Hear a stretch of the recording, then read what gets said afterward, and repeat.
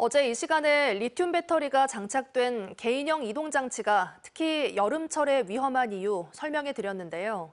만약 한여름 길가에 방치된 개인형 이동장치에서 폭발이 일어나 다쳤다면 그 책임은 누구에게 있을까요? 또 보상은 어떻게 받을 수 있을지 임지은 기자가 취재했습니다.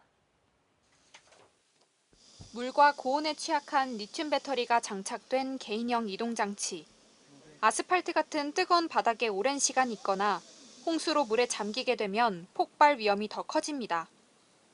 무단으로 폐기를 해놔서 내부로 물이 스며들어서 폭발이 일어나는 경우가 1년에 한 10여 건씩 있었던 걸로.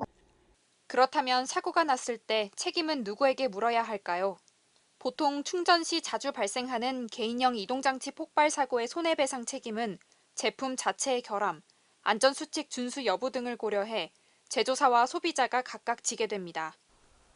하지만 여름철 폭우, 폭염에 무단으로 방치돼 사고가 났을 경우는 입증이 쉽지 않습니다. 고온과 물에 의한 발화인지를 국립과학수사연구원과 같은 전문기관 감정을 통해 정확히 가려내야 하고, 이런 환경에서 길거리에 내버려둔 지자체와 대여사업자 등의 관리 소홀 문제도 따져야 하기 때문입니다.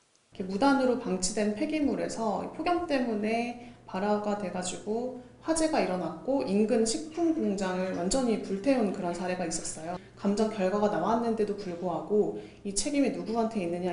폭발의 책임 소재를 가리는 것과는 별개로 보상을 받을 수 있는 길이 없는 것은 아닙니다. 광주시도 예기치 못한 재해 재난으로 숨지거나 다쳐 후유증을 입었을 경우 보험금을 지급하고 있습니다. 폭발이나 화재도 해당 사항이긴 하지만 전동 킥보드와 같은 개인형 이동장치로 인한 사고는 회복이 완전히 되지 않았을 경우, 그러니까 후유증이 남았을 경우에만 보상을 받을 수 있습니다. 보장 항목 확대가 필요하다는 목소리가 커지는 이유입니다. 폭염이나 이렇게 과열로 인해서 PM이 폭발을 했다. 사망은 2천만 원까지, 후유 장애는 그 정도에 따라서 1천만 원까지 그 보상이. 최근 5년 동안 개인형 이동장치 폭발 사고는 모두 551건, 이 중 3명이 숨지고 69명이 다쳤습니다.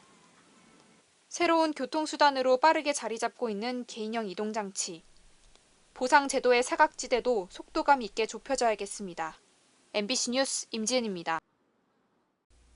언제 어디서나 내 손 안의 뉴스. 광주 MBC 뉴스 유튜브 구독으로 함께하세요.